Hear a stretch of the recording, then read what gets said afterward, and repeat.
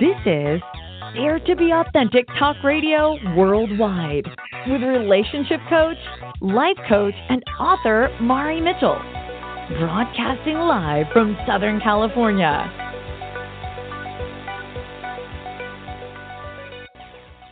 Hi, and welcome to Dare to be Authentic Radio. I'm your host, Mari Mitchell, and I'm so glad to be here with you today. I have a very special guest, Linwood Jackson Jr. He's going to be talking about how he was able to realize his self-worth and how you can do the same. Linwood is an author writing on mental and spiritual health. He believes in the power of the Bible's words when sincerely exercised and studied. Through his books, speeches, and discourses, he encourages you to think and feel for yourself so that self-love may bloom. Welcome to the show, Linwood. How are you doing today? I'm doing excellent today. Thank you for having me. I can't wait to talk to you and to your listeners. So start by telling us the story of how you came to do what you currently do. It ends with looking for me finding self-love, for self-possession, for self-development, for my highest potential, for what I'm born for. But it began with me going through college. You know, right now, my generation, from the 30-year-old to the 35-year-old right now, we're going through like a quarter life crisis. Like, quite literally, they're leaving their jobs that they graduated college from because they're realizing that something's missing from them, and they're realizing that the path that they chose wasn't something that was their own.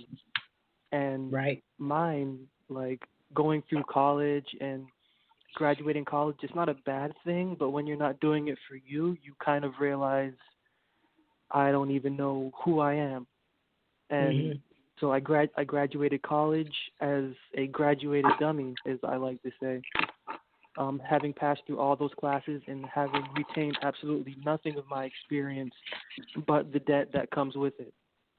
And so along that time, as I was graduating, I wanted to find something that was me, something that I could claim for myself, something that I knew was me. And I ended up falling in love with the gym and exercising.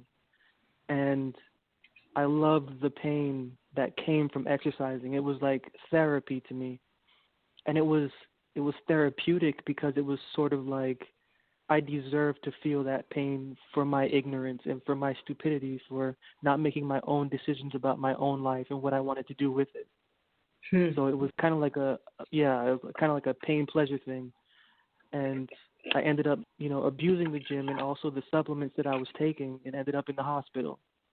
And at that moment in the hospital, just laying in the hospital bed, I just thought to myself, why am I here? Like, what did I do to get myself here?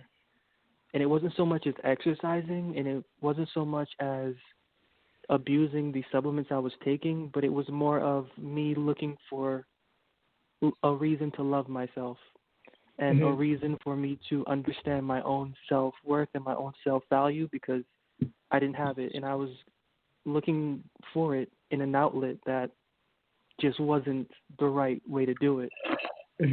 And I mean, it was right, but it was just for the wrong reasons.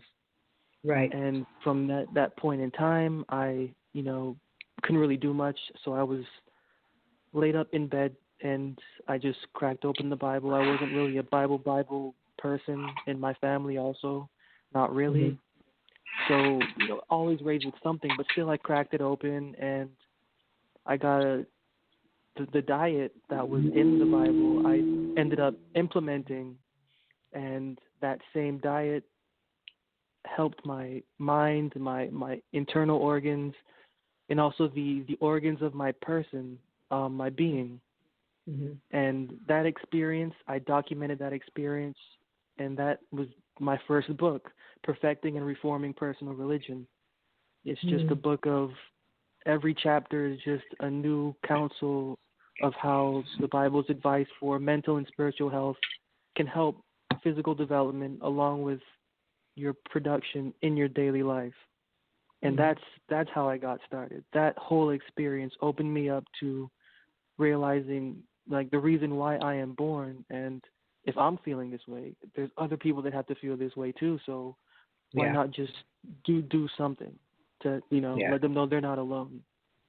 That's awesome. What a story. I love the way you say quarter life crisis, because that has never been heard of. At least not by me.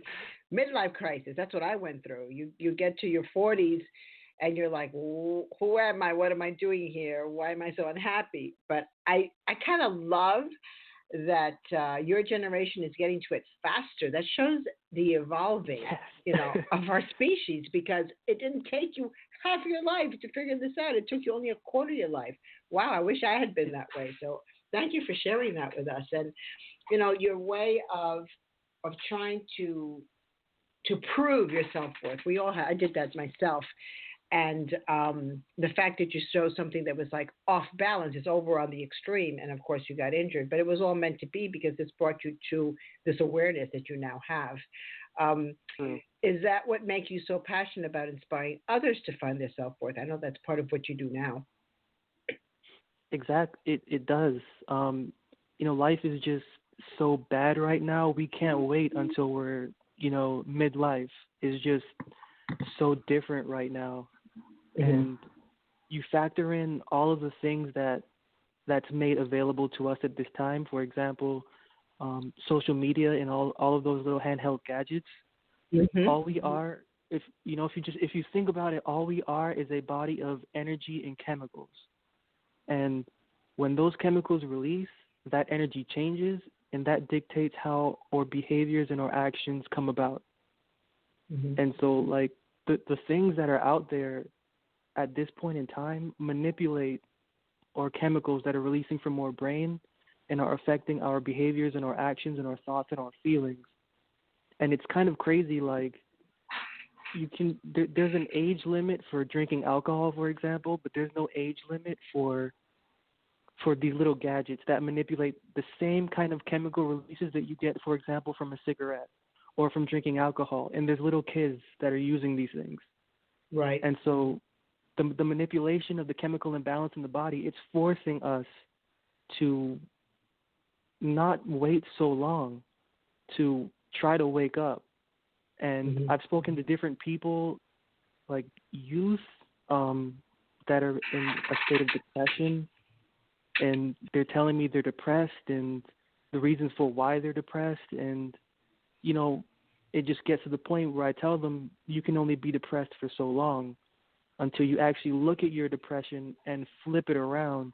And then you go, instead of being depressed about what you're depressed about, be depressed that you're not changing your environment. You're not changing the state of your mind.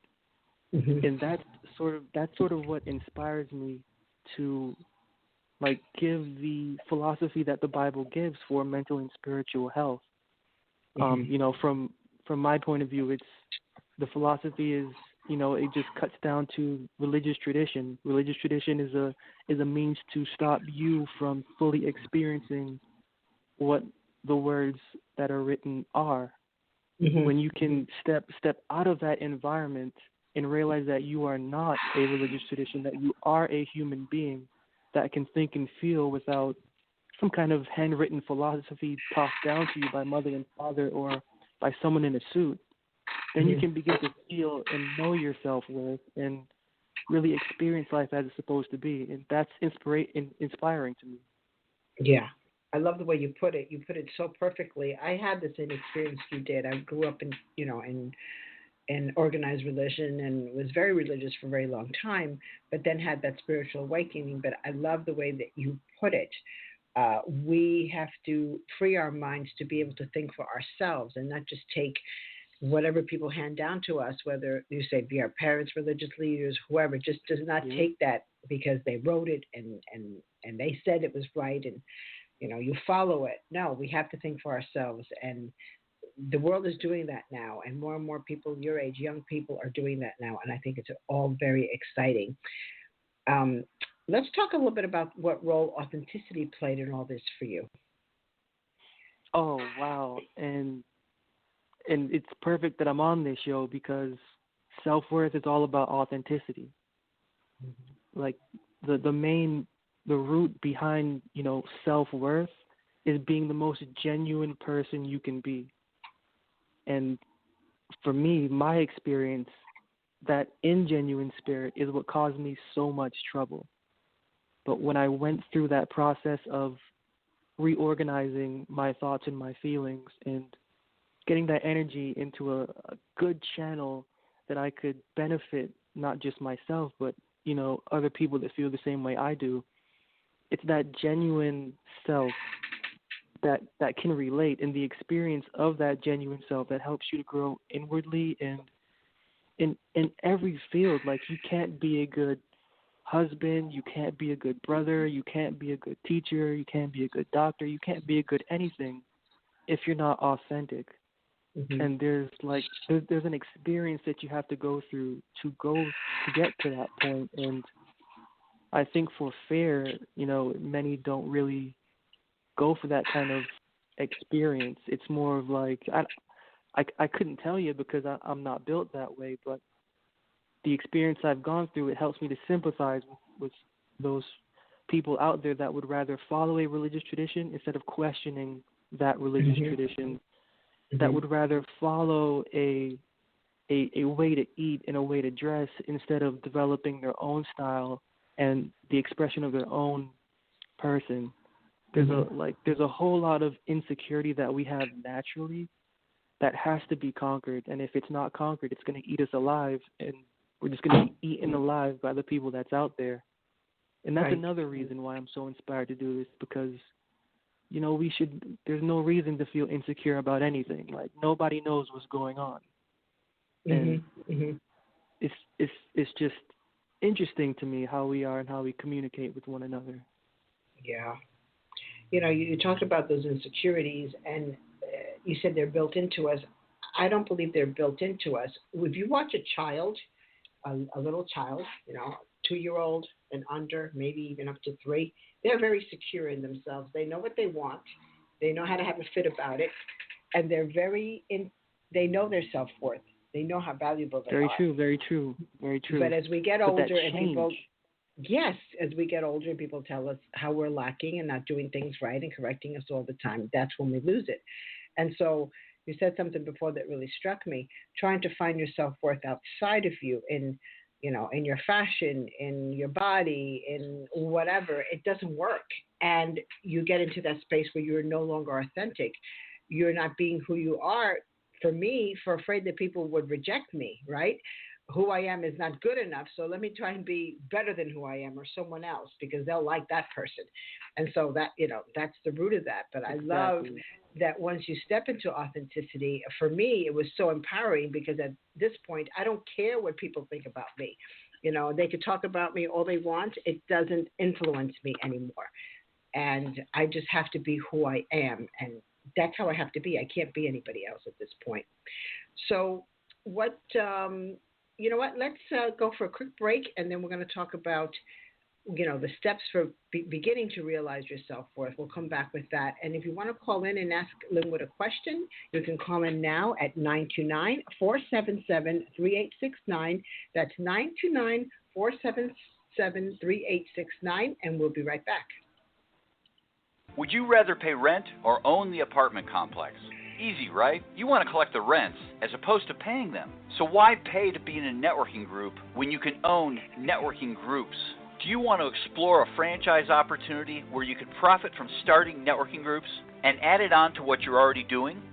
If so, contact us via info@amspirit.com. That's info@amspirit.com. Have you noticed that when you are having a good day, the day seems to flow with more ease? That is no mistake.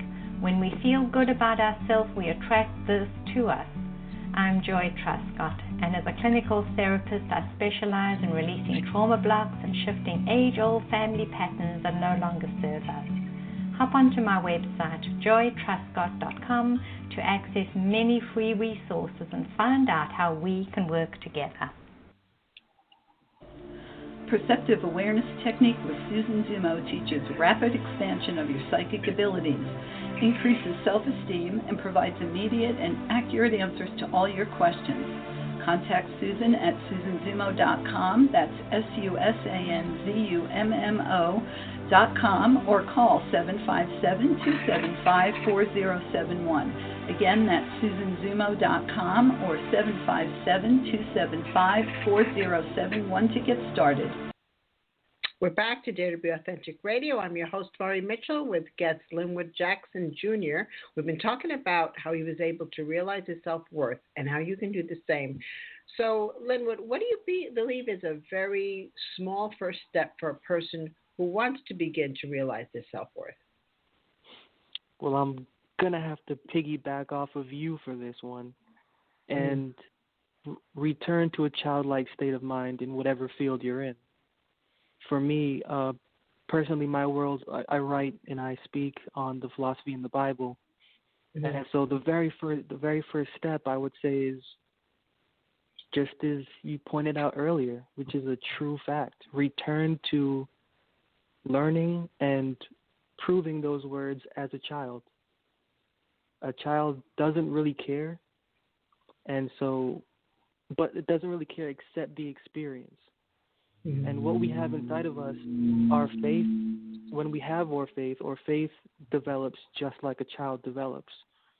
Like one of the most trying experiences as a newborn baby is that first breath of being born, like from right out of the mother, like that very first breath. That's the most trying, which is why there's the most crying, or the loudest crying. It's like that very first breath. That the very first step to self-worth is to step out of your thoughts of who you think you are and what you think you are not, and take that first breath of you. Experience everything, feel everything, running from no pain, running from no disappointment. The experience is what builds a memory, and that memory allows us to never return to what was painful, but to always return to what was profitable. And so that first step is the first step, the first small step, although it's a large step in a way, to positive change. Because we hang so much on the words of tradition. We hang so much on words that are public. Yes. But not enough to what is inside and what is valuable to our point of view and to our perspective. Take that step as a child and you'll never fail. Wow. I love what you said. It's so powerful. Thinking about taking your first breath, which we can't remember our first breath when we were born. But as you were saying that, I just was closing my eyes and feeling that, and it's extremely powerful because now you're just born and your whole life is ahead of you, and all the potential that's inside you is there, ready and waiting. That's how I felt. So thank you so much for sharing that.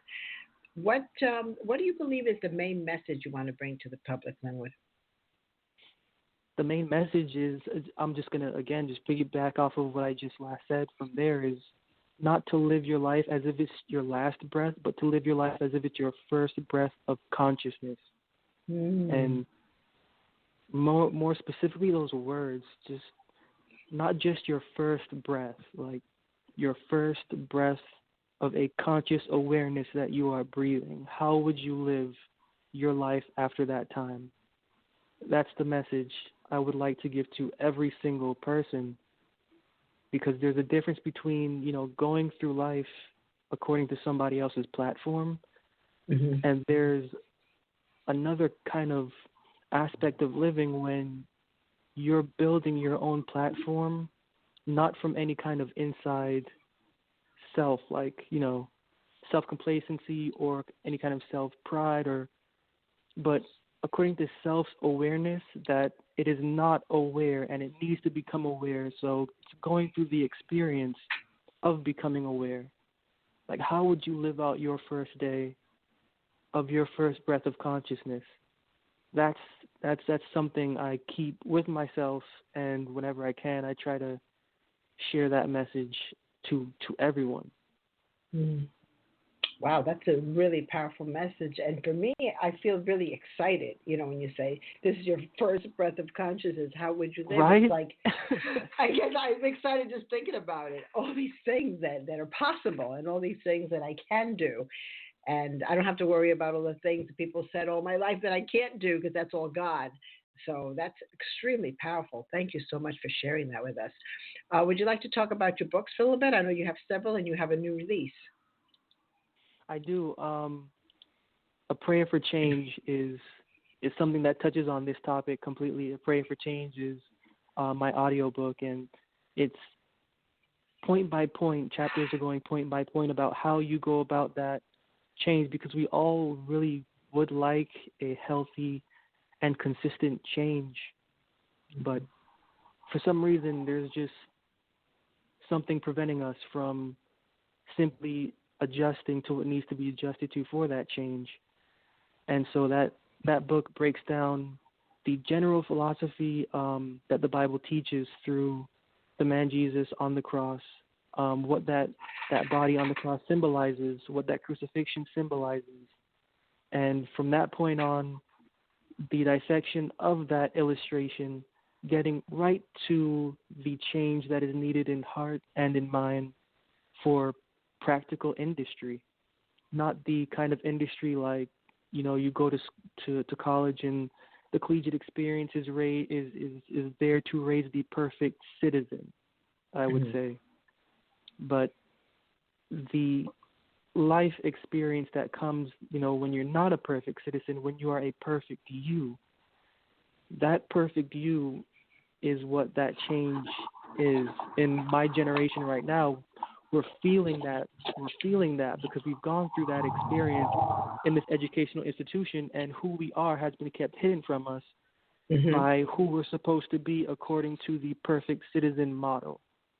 And when you're not following that model, you're rejected. They give you all kinds of medicine. They think something's wrong with you, and then you start thinking something's wrong with you, and there's really nothing wrong with you. You're just looking for you. Yes. And that sort of message in A Prayer for Change, that is just a message I constantly keep in my heart on a daily basis and try to implement. Wow. Again, very powerful. Society does not make it easy for us to find ourselves.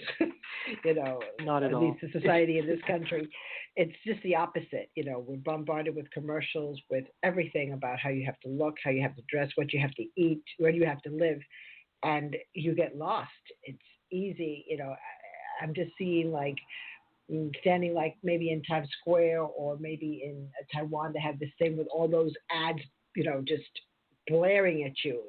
Neon signs, that's how it feels to me. But we can get back to us and find ourselves, find you, and that's your main message, really. I love it. Tell us a little bit about how to get a hold of you, and then we'll continue how one can get a hold of you and your books. You can, my website, linwoodjacksonjr.com, LIN, linwoodjacksonjr.com. You can find my books there, or you can go onto Amazon. You could type my name in, Linwood Jackson Jr., and a whole list of my books will come up on Amazon. Even if I welcome personal messages. Feel free to email me. My email is also on my website, or I'll just tell you, linwoodjackson@hotmail.com. Okay. I welcome all, and I'm thankful for all. Wonderful. And you can also find Linwood on my website, on my radio show page. Just go to lifecoachmari.com. That's lifecoachmari.com. Click on my radio page, and he's right there with his picture, a link to his website, and a link to his books. And make sure you pass along the show. There will be a replay right after. And if you like what you're hearing, pass it on to your friends, to relatives, to everyone you know. So is there one last thing that you'd like to say to a listener, something that might be on your heart right now? Definitely. I would like to say to you who's listening, you, be uncomfortable. There's no such thing as comfort without being uncomfortable. And uncomfortable meaning going against what the traditional belief is in whatever. Doesn't have to be religion, doesn't have to be politics. It could be anything. Be uncomfortable to understand what's right for you and to get the fact of the absolute matter. Because at the end of the day, that's really all that matters. The knowledge we retain from our experiences to guide who we are. And then when somebody else comes along and needs something that nobody else can, there we are with a bit of wisdom to shed on them, to lead them and to correctly guide them to their own journey safely. And that's one thing I would just like to leave. Go, that experience, and also embrace the routine of empathy, because we're all going through the same thing. We're all feeling the same thing. We're all equally chemical and energy beings. And so that experience of passing through knowing who you are, it's not just for you. Like, we're not born just for us. We have a connection with the universe. We have a connection with one another. And we're born to give ourselves benevolently. And empathy is the key to all of that. That's the message I would like to leave for you who's listening. That's super powerful. I love the be uncomfortable part, because so many times we don't change because we don't want to feel discomfort. But there's no way to change without it. I tell my clients, if you want to have something you never had, you have to really do something you never did. And that's always uncomfortable, to do something new. So true. I just love that you said that. And the empathy part, you don't hear people talking about that. How did that come to you? How did you glean this wisdom on the empathy?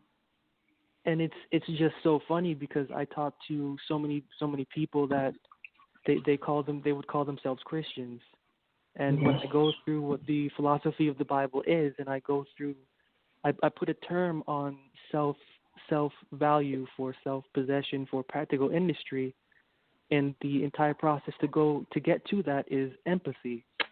And when I explain that part of empathy and how the Bible actually talks about the philosophy of empathy being a tool to practical learning and also for practical teaching, it's sort of the response is, that's not taught in the religion. And it's right. And it's a very weird thing. The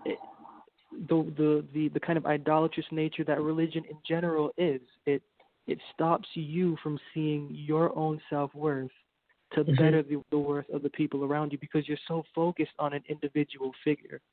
You're so focused on an individual role that you don't forget that I have to benefit from this also. How come I'm not benefiting, but I have to act like this one figure in order to be accepted by the people that wrote about this one figure? What's going on with this one figure? How come the people that write about him don't even act like this one figure? And so that part of empathy, it kicks in because you realize there's something missing. And that kind of empathetic intelligence is what registers our own self-value, which is the experience, I'm going through, and I care to share it and to just put little pieces together for, people that might be curious or, trying to find who they are through whatever they're going through. Right. Wow. I love it. I love everything you've shared. Thank you so much for being on the show. It's been nothing but a pleasure. And just the way you word things and phrase things and use words like empathy, like you say, we don't hear that from religious leaders. So thank you so much for being on the show. Thank you for having me. Thank you. It's been my pleasure, and thank you for listening in. Remember that the replay of the show will be available right after. Share it with your friends, with your relatives, everyone you know, and make sure you come back and listen to the next episode of Dare to Be Authentic Radio. Bye.